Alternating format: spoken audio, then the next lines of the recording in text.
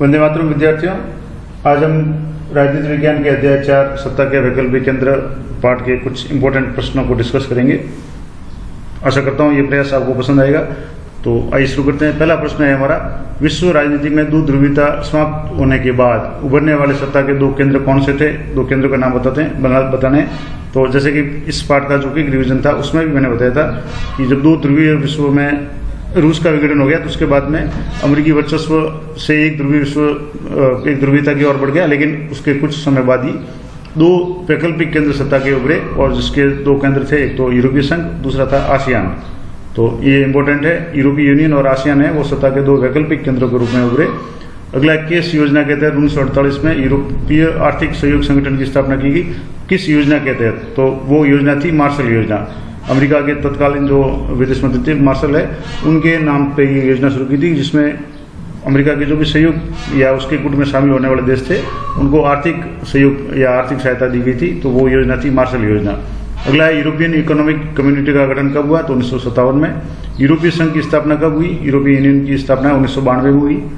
अगला प्रश्न है, यूरोपीय संघ की मुद्रा का नाम बताइए और कितने देशों ने अपनाया? तो यूरोपीय संघ की मुद्रा है वो यूरो थी और शुरुआत में 20 देशों ने अपनाया और धीरे धीरे इसमें संख्या है वो बदलती गई। अगला है, किस देश ने खुले द्वार की नीति को अपनाया और कब अपनाया? तो चीन ने 1978 में खुले द्वार की नीति को अपनाया, यानी मुक्त व्यापार की जो नीति को अपनाया। अब आसियान की फुल फॉर्म लिखी है। तो आसियान की फुल फॉर्म है ये, जैसे ये दक्षिण पूर्व एशियाई राष्ट्रों का संगठन, हिंदी में देखें तो दक्षिण पूर्व एशियाई राष्ट्रों का संगठन या association of south east Asian Nations, ये इसकी फुल फॉर्म है। अगला प्रश्न है, आसियान के दो संस्थापक देशों के नाम बताइए। तो आसियान के संस्थापक देशों में इंडोनेशिया, मलेशिया, थाईलैंड वगैरह ये थे। अगला प्रश्न है, भारत ने किन दो आसियान सदस्यों के साथ में मुक्त व्यापार समझौता किया? तो इसका उत्तर है सिंगापुर और थाईलैंड। अगला प्रश्न है, यूरोपीय संघ के दो देशों के नाम बताइए जो सुरक्षा परिषद के सदस्य भी है, यानी स्थायी सदस्य है। सदस्य तो काफी देश है और जैसे 5 स्थायी और 10 अस्थायी है, जिनमें अस्थायी सदस्य प्रति 2 वर्ष बाद में चेंज हो जाते हैं। लेकिन जो स्थायी सदस्य उसमें 2 ऐसे देश हैं, ब्रिटेन और फ्रांस, जो यूरोप से है और यूरोपीय संघ के सदस्य रह चुके हैं। अगला है, चीन विश्व व्यापार संगठन का सदस्य कब बना? तो 2001 में बना। अब कुछ थोड़े 2 अंकों के प्रश्न, इंपॉर्टेंट प्रश्न वो डिस्कस कर लेते हैं। पहला है, क्षेत्रीय संगठनों को बढ़ाने का उद्देश्य क्या है?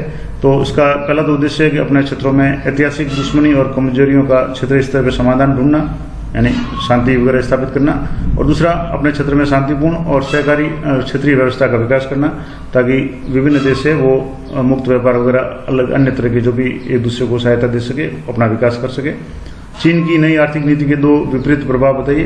तो एक तो था कि बेरोजगारी में तीव्र वृद्धि हुई और गांव और शहर के लोगों की आय में काफी अंतर बढ़ा, ये विपरीत जो परिणाम थे।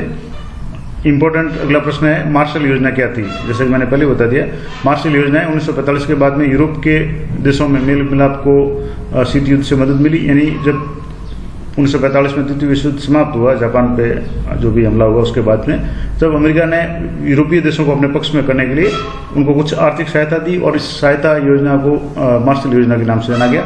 यानी अमेरिका ने यूरोप की अर्थव्यवस्था के पुनर्गठन के लिए मदद की और इसी योजना को मार्शल योजना के नाम से जाना गया।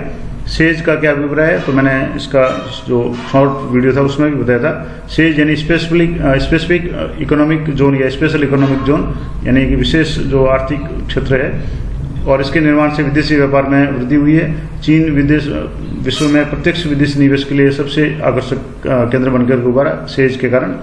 आसियान के 2 उद्देश्य बताइए। तो आसियान का पहला उद्देश्य आर्थिक विकास को तेज करना और दूसरा है सामाजिक, सांस्कृतिक व प्रौद्योगिक विकास को बढ़ावा देना। अगला है, चीन ने विदेशी व्यापार में वृद्धि लाने के लिए किन 2 नीतियों को अपनाया?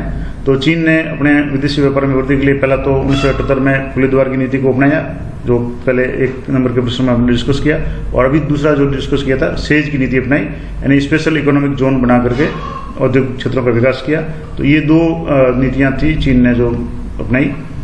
अगला प्रश्न है, यूरोपीय संघ के झंडे के विषय में संक्षेप में विवरण दीजिए। तो हालांकि इस पार्ट के कुछ इंपॉर्टेंट 1 लाइनर या मल्टीपल चॉइस क्वेश्चंस उसका मैं अलग से वीडियो बना रहा हूँ, तो उसमें भी मैं इस चीज़ों का जिक्र करूँगा। तो इसमें यूरोपीय यूनियन का जो झंडा है उसमें सोने के रंग के जो सितारे हैं और जो यूरोपीय संघ की एकता को दर्शाता है। और वहाँ 12 सितारे हैं और 12 सितारे हैं। यूरोप में 12 की संख्या को पारंपरिक रूप से पूर्णता, समग्रता और एकता का प्रतीक माना जाता है, इसलिए यूरोपीय संघ के झंडे में 12 सितारे दिखाए गए हैं और जो गोल्डन कलर के हैं। अगला प्रश्न है आसियान के झंडे के विषय में बताइए। तो आसियान का जो झंडा है उसमें प्रतीक के रूप में धान की 10 बालियां हैं, जो उसके 10 जो देश है दक्षिण पूर्व एशिया के देशों को है उसको दर्शाता है। तो इस तरीके से ये आसियान के झंडे के बारे में हो गया। जो मैंने मल्टीपल चॉइस का वीडियो बनाया है उसमें इनका मैंने जो भी फोटो या जो भी इसके प्रतीक चिन्ह है उसको चित्र के रूप में बताया ताकि आपको आराम से समझ में आ जाए। अगला हमारा प्रश्न है, थोड़े से बड़े प्रश्न है जो इस पाठ से संबंधित है या बन सकते हैं। तो है यूरोपीय यूनियन संघ के 4 उद्देश्य बताइए।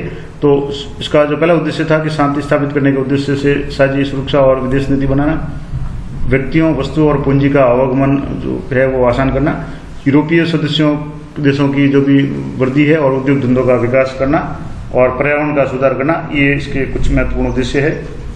अगला है क्षेत्रीय संगठनों पर भौगोलिक निकटता का क्या प्रभाव होता है। तो क्षेत्रीय संगठन मजबूत होता है, समस्याएं एक समान होती है, द्वितीय विश्व युद्ध और उपनिवेश का सामना करना पड़ा। अब इसमें क्षेत्रीय निकटता से गरीबी है, राष्ट्र निर्माण, आर्थिक पिछड़ापन, इन सभी समस्याओं को मिलकर सामना करने का प्रयास किया जाता है। आसियान विजन 2020 की मुख्य बातें क्या क्या है। तो अंतर्राष्ट्रीय समुदाय में आसियान की बहिर्मुखी भूमिका को महत्व देना, संवाद और परामर्श की नीति अपनाना, एशियाई देशों के साथ व्यापार और निवेश पर ध्यान देना और क्षेत्रीय शांति और सुरक्षा को स्थापित करना। अगला हमारा प्रश्न है भारत चीन के मध्य विवाद का वर्णन कीजिए, कौन कौन से क्षेत्रों में विवाद है। तो पहला जो विवाद है वो है सीमा विवाद। आपको पता होगा कि भारत और चीन के बीच में मैकमोहन जो रेखा है, सीमा रेखा है, भारत ने पाकिस्तान के साथ संधि करके चीन ने पाकिस्तान के संधि करके कश्मीर के कुछ भाग को अपना अधिकार क्षेत्र में लिया और भारत के जो अरुणाचल प्रदेश है उस पर चीन है अपना कब्जा बताता है। और इसी बात पे 1962 में भारत चीन का जो युद्ध हुआ जिसमें लद्दाख और अरुणाचल प्रदेश पे अपने दावे को जबरदस्ती स्थापित करने की कोशिश की। 1965 में भारत पाक युद्ध में भी चीन ने पाकिस्तान की मदद की और चीन द्वारा भारत के परमाणु परीक्षण का भी विरोध किया गया। इस तरीके से भारत और चीन के बीच में कई विवाद के क्षेत्र हैं। हालांकि अब स्थिति काफी हद तक ठीक है, कई मामलों को बातचीत के जरिए सुलझाया जा रहा है, प्रयास किया जा रहा है। अगला हमारा प्रश्न है अंतर्राष्ट्रीय समुदाय में आसियान के सशक्तिकरण के लिए क्या कदम उठाए जाने चाहिए। तो यूरोपीय संघ की तरह इसका भी अपना झंडा, गान, मुद्रा और स्थापना दिवस होना चाहिए।